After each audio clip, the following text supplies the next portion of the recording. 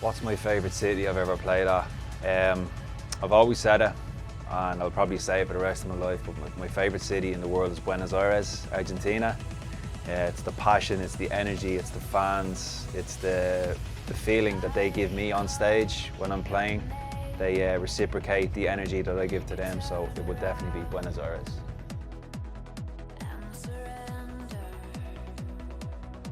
What do I prefer the most, DJing, performing live or studio? Well, I'm definitely not a studio head. I'm not one of these people who likes being locked away, sort of geeky, sort of locked away, working on his own. That's not really me. I've always said that I'm a DJ who makes music rather than a producer who DJs. So for me, DJing will always come first, and that's how it's always been. That's how I can always see it being as well, moving forward. How do I discover new music? What I usually do is that I'll usually find a new artist on SoundCloud, and I'll sort of go through their sets or their track lists, and 1001 track list is a good way of finding certain tracks. So what I'll do is I'll find an artist who I like, I'll go through their sets, I'll find some of the tracks that they play, and then I'll look at the music of the people within those sets, and that's how I discover new music to bring into my own.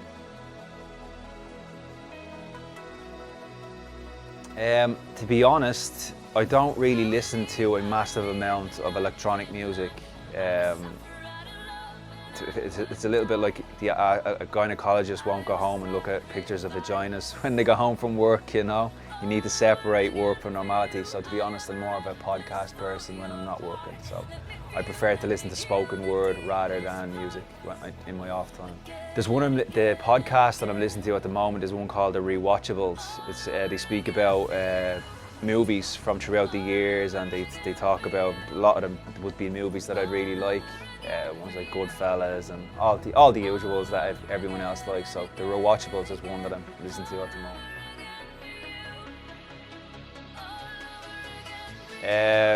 Personally, the thing I'm looking most forward to is the birth of my first child in September. Having a little baby girl. She's due in just over 3 months' time. I can't describe how happy it makes me feel. Myself and my wife have had a bit of a difficult time to get to this stage, so we're so grateful, and we're really, really excited to meet her in September. When did I first discover electronic music? That would have been in the 90s, when I was a teenager. So roughly maybe about 96, 97, 98. I was probably around 13 or 14 years of age. Dance music started becoming really popular on something called pirate radio stations in Dublin. So I was born just outside Dublin, and that's where I grew up. So that's where my obsession and my passion developed from, and has remained with me ever since. What was I listening to at the beginning of my DJing career? When I started DJing, it was at the turn of the century. So it was around 2000 when I got my first set of decks. So this stage was like the golden era of like trance music and all that type of stuff, and tech-trance, and my biggest inspiration and my biggest idol in music has always been Mauro Boccato and his ability to blend the worlds of techno and trance together.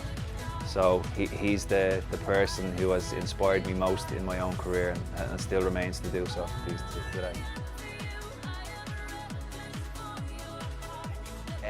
Do I have any upcoming music projects? Yes, I do. Myself and John O'Callaghan have a project called Key 4050. We have a release forthcoming next week on America's Dream State Records. It's the anthem for their European festival, so that's going to be released. We're also going to be releasing more music in July on my own Karney's label. Solo-wise, I've 2 brand new vocal tracks that people have yet to hear. Well, they've heard one, but there's another one that nobody has heard yet. And for my Karney alias, which is the one I'm playing here today at Dark, I've just finished 2 brand new remixes specifically to play today at the festival. So very, very excited to see how they go down today. Hopefully the Melbourne crowd enjoys the music.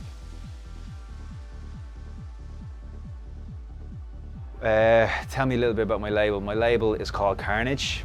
My second name is Karney, so it's a play on that. The reason why I started the label was back in around 2010, 2011. I was making music and I was sending it to lots of different labels, but nobody was interested in signing it or releasing it. So I said, right, I'm going to take responsibility for my own career. I'm going to set up my own label. So what I did was I set up my own Karney Recordings label. Initially it was just for my own tracks as a way of putting them out there. But from there it grew into being one of the, I think it's one of the better labels out there, because I tend to not release too many tracks. I'm very specific about tracks that I put out there. Like even during the pandemic, I didn't release any music because I didn't feel like there was no point releasing music if people can't go out and dance to it. It's a waste of time. So the label's been going for about 12 years. I've only released 100, I think we're on to release 127 will be the next release. So that's basically that's 10 tracks a year. So I'm very, very picky. I wish other labels would follow that suit, but I can't say anything about other labels. I can only focus on myself, on Karney, and what we can do moving forward. I've got some great tracks forthcoming on the label, and you never know, you might hear some of them today. What have been the main challenges of being a DJ? I think the number one word for me would be sacrifice. I've had to sacrifice a huge amount of my personal life in order to fulfill what I want to achieve in my professional life. I've missed so many family occasions, friends occasions, weddings, parties. I haven't really had a social life for 12 years. I probably, looking back with hindsight, and hindsight is always a wonderful thing, I should have made more time for my friends and my family, and been more of Bryan Kearney the person rather than Bryan Kearney the touring artist and DJ. But at the same time, if I didn't experience what I have done over the last 10 years, I wouldn't have this outlook. And with the pandemic, it sort of showed me what was important in life. So now I'm attempting to have a better harmonious balance between my personal life and my professional life. But it's a little bit difficult at the moment because I'm really, really busy. I'm trying to make up for lost time and lost income with the last 2 years, but at the same time I know myself that I need to find that balance between personal and professional life. So for me that has been the most difficult part.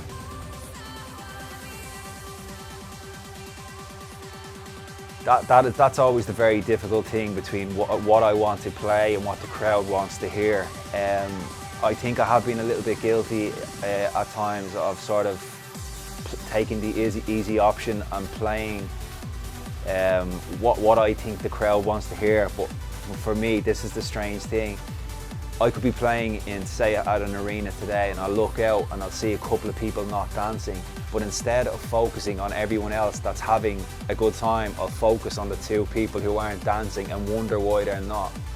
And sometimes that can lead me maybe to play something a little bit more, I wouldn't say mainstream, but something a little bit more dance floor adaptable to get them moving. Sometimes I can see it as a little challenge, like these 2 people don't look like they're enjoying themselves, I'm going to get those 2 dancing. But it's about the collective, it's not about the individual. So I think all of us as DJs, sometimes we're looking for that the crowd reaction and stuff. And I think with places like Melbourne, they love their reactions, they love their kicks and their basses and stuff. So, but yeah, it is difficult to find that balance between sort of staying credible and staying respectful to myself and what I want to play. But at the same time, people are coming to see me or any of the other guys today for who they are and for the music that they are known for. So it is important to play that music for the people who are there as well.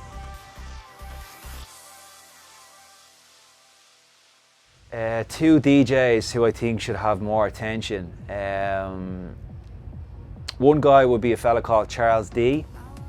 I first heard his music maybe around 2.5 years ago, and since then his career has really taken off. He's had a number of releases on Eric Prydz' label. He's doing some incredible tracks, and he's one guy who I think has a very bright future ahead of him.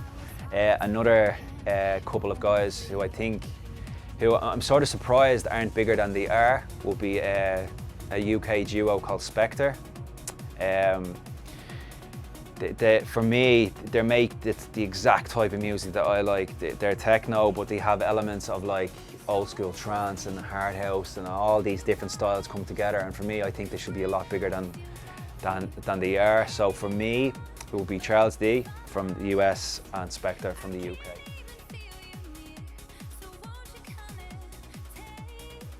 Is there anywhere in Australia that I would like to go? To be honest with you, I've been here that many times. No, not really.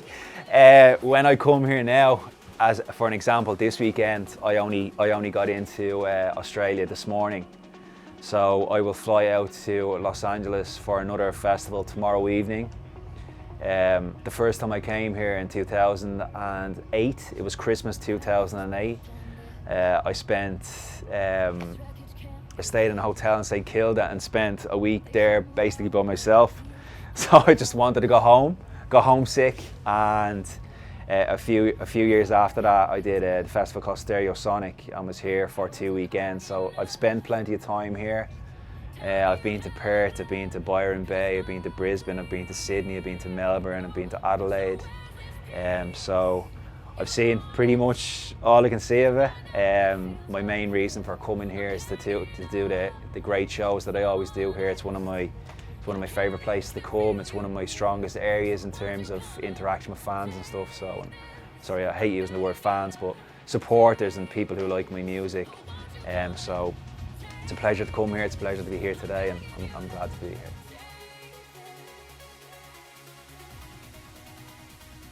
Take you behind the scenes of what it's like to be a DJ. It's like, for me, I live a very simple life on the road. I've no problem being by myself and spending time by myself and sort of reading books and watching TV shows and just chilling out in a hotel by myself. Some people like to travel with entourages and turn up with 10, 15 people. It's never really been my thing. I'll land into a country, chill out for a few hours, I'll come do my show. I'll take pictures with as many people as I can. I'll be respectful to the people who book me for the show, and I'll go back to my hotel and I'll sleep. I'm not really one of these party animals. I got all that out of my system in my 20s. So I try to take a very professional way with my career with the DJing life. So if you're looking for any inside scoops or gossip or any of that, I'm afraid I won't be able to give any of that to you today.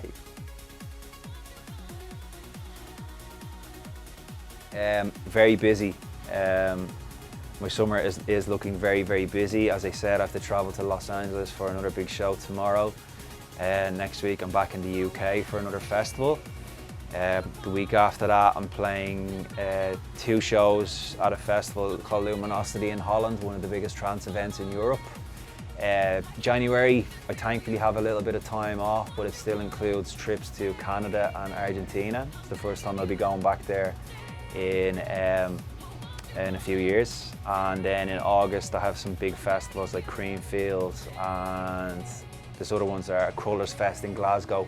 Really big European shows, and as I mentioned earlier with the arrival of my kid, I didn't want to be away too far in case of if there's an early arrival.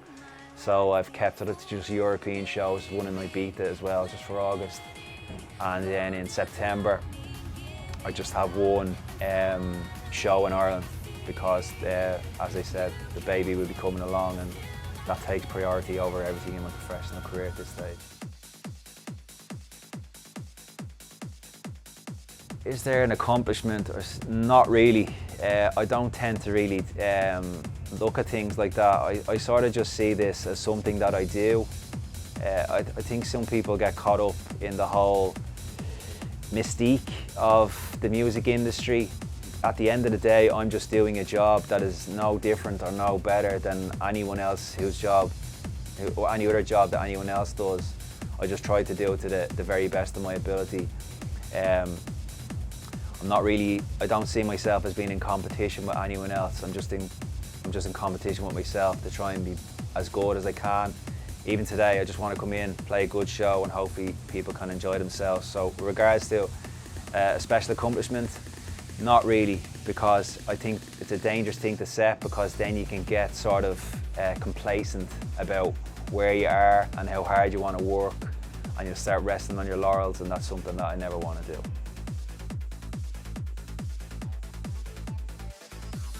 Not really, but I do remember buying a certain single around when I was about 14 or 15. It was a remix of Braveheart. And I remember that I just kept listening. There was like 2 or 3 different mixes on it all the time.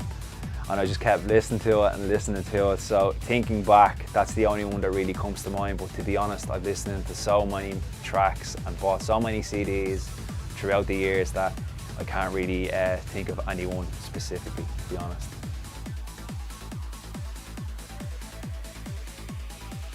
What's my favourite dance floor in the world? I think I answered this with my first question, but it always is and always will be Argentina, Buenos Aires, Argentina. Thoughts about Dark Festival? I'm very glad to be here after the trip that I've had. The guys who are running the festival, they're people that we've been talking about doing a show with for a number of years. From being around and looking at the stage, from speaking to people who have played with them before, I've heard how professional they are, how good the shows are. So I can only express my gratitude for them bringing me over to play today. Everyone here has been super friendly, really good with me so far, very, very professional. So I have roughly 29 minutes till I'm on stage until I'm playing, so I'm extremely excited. So I hope they're as happy with me today as I am with them bringing me over to play. I'd just like to thank everyone in Australia for your continued support. You're a region and a country that's supported me greatly over the past few years. Obviously I wasn't able to come here for a couple of years due to the pandemic, etc., but I'm really glad to be back. You've shown me so much love over the past few years. It's a place, even though it's so far from where I live and it takes me 24 hours to get here, it's something that I always look forward to. I always thoroughly enjoy my time here, so thanks very much for your support. To anyone here, I hope you enjoyed the set, and you never know, you might see me again this time, or you might see me later in the year at another event in Australia, and I will look forward to that one just as much.